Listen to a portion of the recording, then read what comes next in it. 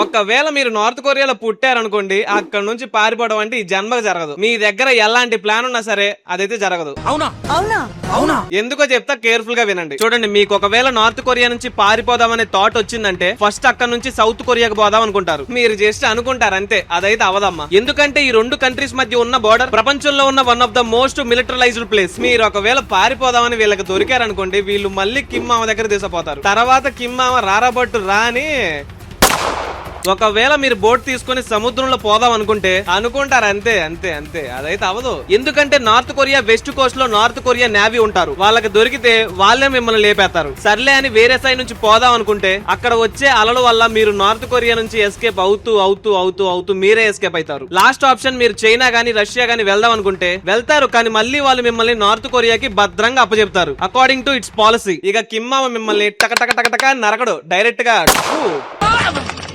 ఊహిస్తేనే భయంకరంగా ఉంది. And finally మీ దగ్గర ఏమైనా ప్లాన్ ఉంటే ఇప్పుడే కామెంట్ చేయండి. అండ్ మరిన్ని ఇంట్రెస్టింగ్ టాపిక్స్ కోసం ఏం చేయాలో తెలుసు కదా, మరి ఇంకేం లేటు, సబ్స్క్రైబ్ చేసుకోండి.